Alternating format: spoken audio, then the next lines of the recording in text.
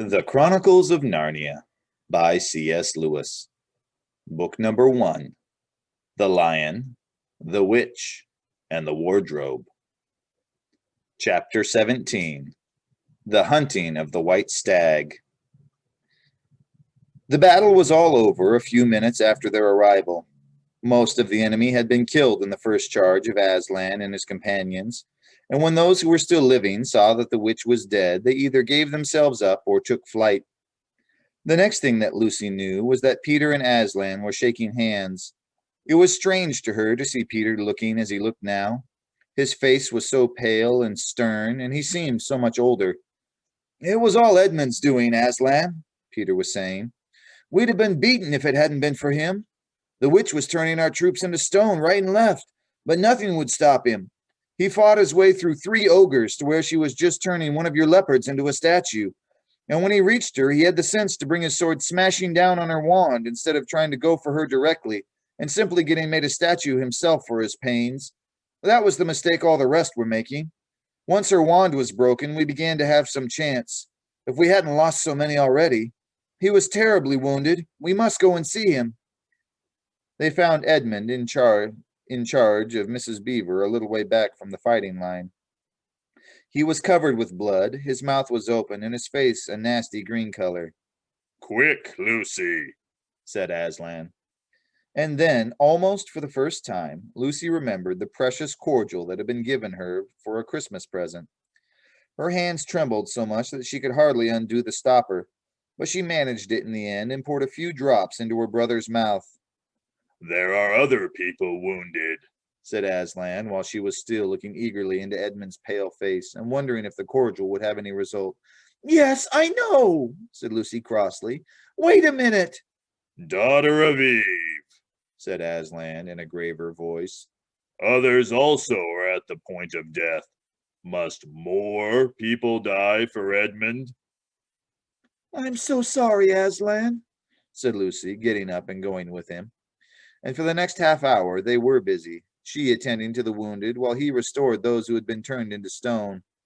When at last she was free to come back to Edmund, she found him standing on his feet and not only healed of his wounds, but looking better than she had seen him look, for ages.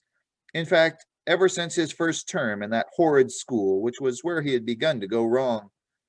He had become his real old self again and could look you in the face.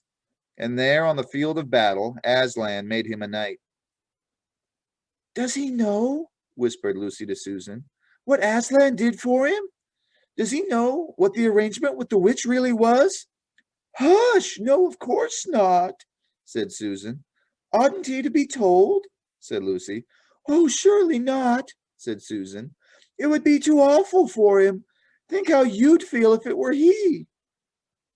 If you were he." "All the same, I think he ought to know," said Lucy. But at that moment they were interrupted. That night they slept where they were. How Aslan provided food for them all, I don't know. But somehow or other they found themselves all sitting down on the grass in a fine high tea at about 8 o'clock. The next day they began marching eastward down the side of the great river. And the next day after that, at about tea time, they actually reached the mouth. The castle of Cair Paravel on its little hill towered up above them. Before them were the sands, with rock and little pools of salt water and seaweed and the smell of the sea and the long miles of bluish-green waves breaking for ever and ever on the beach. And oh, the cry of the seagulls! Have you heard it? Can you remember? That evening after tea, the 4 children all managed to get down to the beach again and get their shoes and stockings off and feel the sand between their toes. But the next day was more solemn. For then, in the great hall of Cair Paravel, that wonderful hall with the ivory roof and the west wall hung with peacock's feathers, and the eastern door which looks towards the sea, in the presence of all their friends and to the sound of trumpets, Aslan solemnly crowned them and led them to the 4 thrones amid deafening shouts of "Long live King Peter! Long live Queen Susan! Long live King Edmund! Long live Queen Lucy!" "Once a king or queen in Narnia, always a king or queen. Bear it well, sons of Adam," Bear it well, daughters of Eve, said Aslan. And through the eastern door, which was wide open, came the voices of the mermen and the mermaids swimming close to the shore and singing in honor of their new kings and queens. So the children sat on their thrones, and scepters were put into their hands, and they gave rewards and honors to all their friends, to Tumnus the fawn, and to the beavers, and giant Rumblebuffin, to the leopards, and the good centaurs, and the good dwarfs, and to the lion. And that night there was a great feast in Cair Paravel, and revelry and dancing, and gold flashed, and wine flowed, and the answering to the music inside. But stranger, sweeter, and more piercing came the music of the sea people. But amidst all these rejoicings, Aslan himself quietly slipped away. And when the kings and queens noticed that he wasn't there, they said nothing about it. For Mr. Beaver had warned them. "He'll be coming and going," he said. "One day you'll see him, and another you won't. He doesn't like being tied down, and of course he has other countries to attend to. It's quite all right. He'll often drop in, only you mustn't press him. He's wild, you know, not like a tame lion." And now, as you see, this story is nearly, but not quite, at an end. These 2 kings and 2 queens governed Narnia well, and long and happy was their reign. At first, much of their time was spent in seeking out the remnants of the White Witch's army and destroying them, and indeed, for a long time there would be news of evil things lurking in the wilder parts of the forest. A haunting here and a killing there, a glimpse of a werewolf one month, and rumor of a hag the next. But in the end, all that foul brood was stamped out, and they made good laws and kept the peace, and saved good trees from being unnecessarily cut down, and liberated young dwarfs and young satyrs from being sent to school, and generally stopped busybodies and interferers, and encouraged ordinary people who wanted to live and let live. And they drove back the fierce giants, quite a different sort from giant Rumblebuffin, in the north of Narnia when these ventured across the frontier, and they entered into friendship and alliance with countries beyond the sea, and paid them visits of state, and received visits of state from them. And they themselves grew and changed as the years passed over them. And Peter became a tall and deep-chested man, and a great warrior, and he was called King Peter the Magnificent. And Susan grew into a tall and gracious woman, with black hair that fell almost to her feet, and the kings of the countries beyond the sea began to send ambassadors asking for her hand in marriage, and she was called Queen Susan the Gentle. Edmund was a graver and quieter man than Peter, and great in counsel and judgment. He was called King Edmund the Just.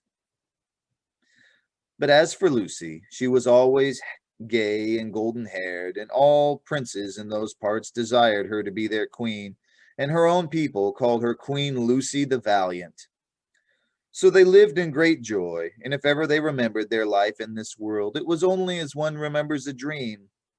And one year it fell out that Tumnus, who was a middle-aged fawn by now and beginning to be stout, came down river and brought them news that the white stag had once more appeared in his parts, the white stag who would give you wishes if you caught him. So these 2 kings and 2 queens, with the principal members of their court, rode a hunting with horns and hounds in the western woods to follow the white stag, and they had not hunted long before they had sight of him. And he led them a great pace over rough and smooth, and through thick and thin, till the horses of all the courtiers were tired out, and these 4 were still following. And they saw the stag enter into a thicket where their horses could not follow. Then King Peter, for they talked in quite a different style now, having been kings and queens for so long. "Fair consorts, let us now alight from our horses and follow this beast into the thicket, for in all my days I never hunted a nobler quarry." "Sir," said the others, "even so let us do." So they alighted and tied their horses to trees and went on into the thick wood on front.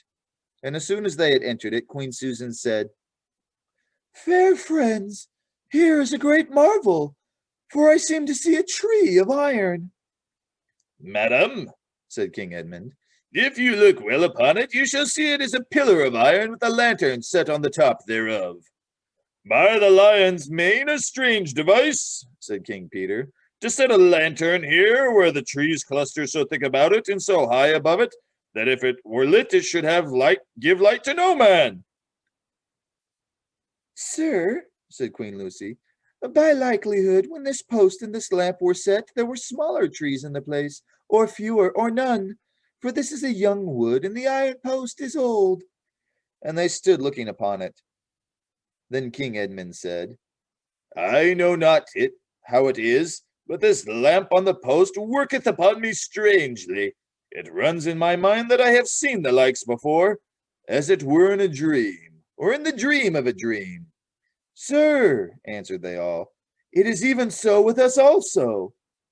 And more, said Queen Lucy, for it will not go out of my mind that if we pass this post and lantern, either we shall find strange adventures, or else some great change to our fortunes.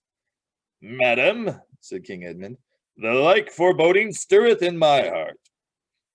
And in mine, fair brother, said King Peter. And in mine too, said Queen Susan. Wherefore, by my counsel, we shall lightly return to our horses and follow this white stag no further. Madam, said King Peter, therein I pray thee have me excused, for never since we four were kings and queens in Narnia have we set our hand to any high matter, as battles, quests, feats of arms, acts of justice, and the like, and then given over, but always what we have taken in hand, the same we have achieved. Sister, said Queen Lucy, my royal brother speaks rightly, and it seems to me we should be shamed if for any fearing or foreboding we turned back from following so noble a beast as now we have in chase. And so say I, said King Edmund. And I have such desire to find the significance of this thing that I would not for my goodwill turn back for the richest jewel in all Narnia and all the islands. Then in the name of Aslan, said Queen Susan, if ye will all have it so, let us go on and take the adventure that shall fall. So these kings and queens entered the thicket, and before they had gone a score of paces, they all remembered that the thing they had seen was called a lamp-post. And before they had gone 20 more, they noticed that they were making their way not through branches, but through coats. And the next moment, they all came tumbling out of a wardrobe door into an empty room, and they were no longer kings and queens in their hunting array, but just Peter, Susan, Edmund, and Lucy in their old clothes. It was the same day and the same hour of the day on which they had all gone into the wardrobe to hide. Mrs. Macready and the visitors were still talking in the passage, but luckily they never came into the empty room, and so the children weren't caught. And that would have been the very end of the story if it hadn't been that they felt they really must explain to the professor why 4 of the coats out of his wardrobe were missing. And the professor, who was a very remarkable man, didn't tell them not to be silly or not to tell lies, but believe the whole story. No, he said, I don't think it will be any good trying to go back through the wardrobe door to get the coats. You won't get into Narnia again by that route. Nor would the coats be much use by now if you did. Eh? What's that? Yes, of course you'll get back to Narnia again someday. Once a king in Narnia, always a king in Narnia. But don't go trying to use the same route twice. Indeed, don't try to get there at all. It'll happen when you're not looking for it. And don't talk too much about it even amongst yourselves. And don't mention it to anyone else unless you find that they've had adventures of the same sort themselves. What's that? How will you know? Oh, you'll know, all right. Odd things they say, even their looks. Yeah, well, let the secret out.